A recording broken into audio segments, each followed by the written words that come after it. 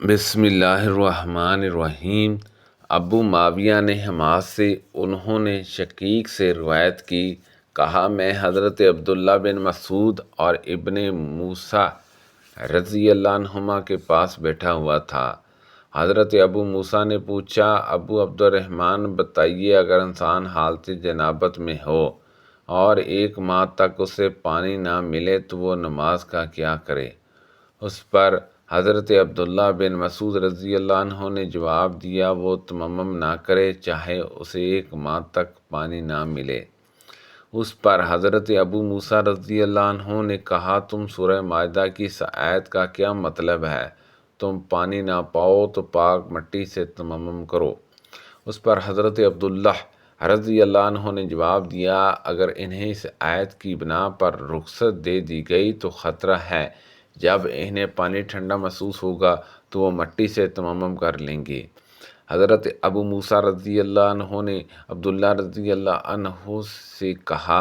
کیا آپ نے عمار کی یہ بات نہیں سنی کہ مجھے رسول اللہ صلی اللہ علیہ وسلم نے کسی کام کے لیے بھیجا، مجھے جنابت ہو گئی اور پانی نہ ملا تو میں چوپائے کی طرح مٹی میں لوٹ پوٹ ہوا اور نماز پڑھ لی۔ پھر میں نبی کریم صلی اللہ علیہ وسلم کے پاس آیا اور آپ سے اس کا تذکرہ کیا تو آپ نے فرمایا، تمہارے لیے بس اپنے دونوں ہاتھوں سے اس طرح کرنا کافی تھا۔ پھر آپ صلی اللہ علیہ وسلم نے اپنے دونوں ہاتھ ایک بار زمین پر مارے، پھر بائیں ہاتھ کو دائیں ہاتھ پر، اپنی دونوں ہتھیلیوں کی پشت پر اور اپنے چہرے پر ملا۔ تو عبداللہ بن مسعود رضی اللہ عنہ نے جواب دیا، کیا تمہیں معلوم نہیں کہ حضرت عمر رضی اللہ عنہ عمار کی بات پر مطمئن نہیں ہوئے تھے؟ عبدالواحد نے کہا، ہمیں حماد نے شقیقہ سے حدیث بیان کی۔ کہا، حضرت ابو موسیٰ اشعری رضی اللہ عنہ نے عبداللہ بن مسعود رضی اللہ عنہ سے پوچھا، پھر ابو معاویہ کی سابقہ حدیث پورے واقعہ سمیت بیان کی، مگر یہ کہ انہوں نے کہا رسول اللہ صلی اللہ علیہ وسلم نے فرمایا، تمہارے لیے اس طرح کر لینا ہی کافی تھا، اور اپنے دونوں ہاتھ زمین پر مارے، پھر اپنے دونوں ہاتھ جاڑے اور اپنے چہرے اور ہتھیلیوں پر مسح کیا۔ جہجیہ بن سعید قطان نے شعبہ سے حدیث بیان کی، کہا، مجھ سے حاکم نے زرع بن عبداللہ بن زرع سے، انہوں نے سعید بن عبد الرحمن بن ابزی سے، اور انہوں نے اپنے والد سے روایت کی کہ ایک آدمی حضرت عمر رضی اللہ عنہ کے پاس آیا اور پوچھا، میں جنابی ہو گیا ہوں اور مجھے پانی نہیں ملا، تو انہوں نے جواب دیا، نماز نہ پڑھ۔ اس پر حضرت عمار رضی اللہ عنہ نے کہا، امیر المومنین، کیا آپ کو یاد نہیں جب میں اور آپ ایک فوجی دستے میں تھے تو ہم جنابی ہو گئے اور ہمیں پانی نہ ملا تو آپ نے نماز نہ پڑھائی اور میں مٹی میں لوٹ پوٹ ہو گیا اور نماز پڑھ لی، تو نبی کریم صلی اللہ علیہ وسلم نے فرمایا، تمہارے لیے بس اتنا ہی کافی تھا کہ اپنے دونوں ہاتھ زمین پر مارتے، پھر ان میں پھونک مار کر ان دونوں سے اپنے چہرے اور اپنی ہتھیلیوں کا مسح کر لیتے۔ حضرت عمر رضی اللہ عنہ نے کہا، اے عمار، اللہ سے ڈرو۔ عمار رضی اللہ عنہ نے جواب دیا، اگر آپ چاہتے ہیں تو میں یہ واقعہ بیان نہیں کرتا۔ حاکم نے کہا، یہی روایت مجھے زرع کے واسطے کے بغیر ابن عبد الرحمن بن ابزی نے اپنے والد سے براہ راست بھی سنائی، جو بیانہ زر کی حدیث کی طرح تھی۔ کہا، مجھے سلمہ نے زرع کے حوالے سے حکم کی بیان کردہ سند کے ساتھ یہ حدیث بیان کی کہ حضرت عمر رضی اللہ عنہ نے کہا آپ نے جس چیز کی ذمہ داری کو اٹھا لیا ہے ہم اسے آپ ہی پر ڈالتے ہیں۔ آپ اپنے اعتماد پر یہ روایت بیان کر سکتے ہیں۔ حضرت ابن عباس رضی اللہ عنہما کے آزاد کردہ غلام عمار بیان کرتے ہیں کہ میں اور عبد الرحمن بن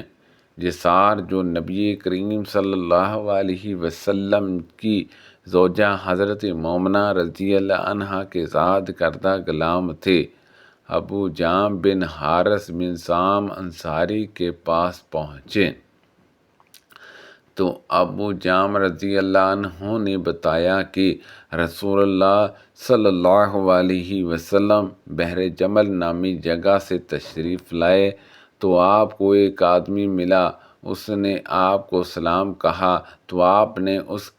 کے سلام کا جواب نہ دیا حتیٰ کہ آپ ایک دیوار کی طرف بڑھے اور آپ نے اپنے چہرے اور ہاتھوں پر مسح کیا، پھر اس کے سلام کا جواب دیا۔ حضرت ابن عمر رضی اللہ عنہما سے روایت ہے ایک آدمی گزرا جب کہ رسول اللہ صلی اللہ علیہ وسلم پیشاب کر رہے تھے تو اس نے سلام کہا، آپ صلی اللہ علیہ وسلم نے اسے سلام کا جواب نہ دیا۔ حضرت ابو ہریرہ رضی اللہ عنہ سے روایت ہے کہ وہ جنابت کی حالت میں تھے کہ رسول اللہ صلی اللہ علیہ وسلم مدینے کے راستوں میں سے کسی راستے پر انہیں ملے تو وہ کھسک گئے اور جا کر غسل کیا۔ نبی صلی اللہ علیہ وسلم نے انہیں تلاش کروایا، جب وہ آپ کی خدمت میں آئے تو آپ نے فرمایا، ابو ہریرہ تم کہاں تھے؟ انہوں نے عرض کی، اے اللہ کے رسول صلی اللہ علیہ وسلم،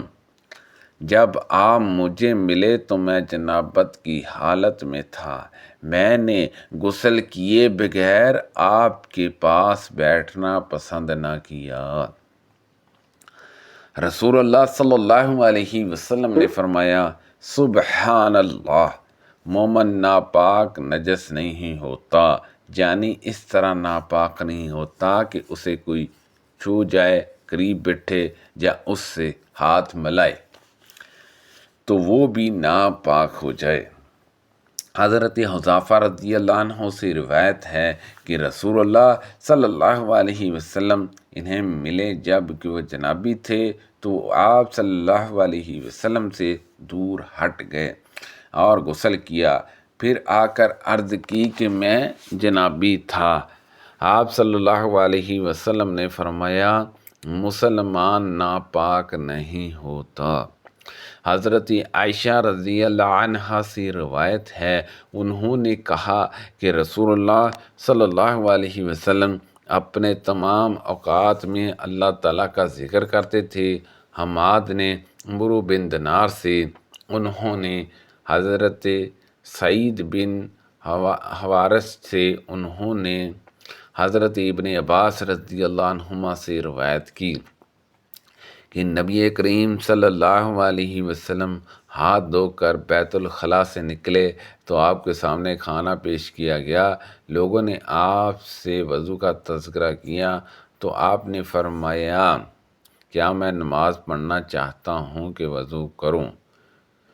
سبحان اللہ عز و جل۔ اللہ پاک سے دعا ہے کہ اللہ پاک ان حدیثوں پر عمل کرنے کی توفیق عطا فرمائے، کہ پڑھنے میں غلطی کوتاہی ہو گئی ہو اللہ پاک معاف فرمائے، آمین بجاہ النبی الامین صلی اللہ علیہ وسلم۔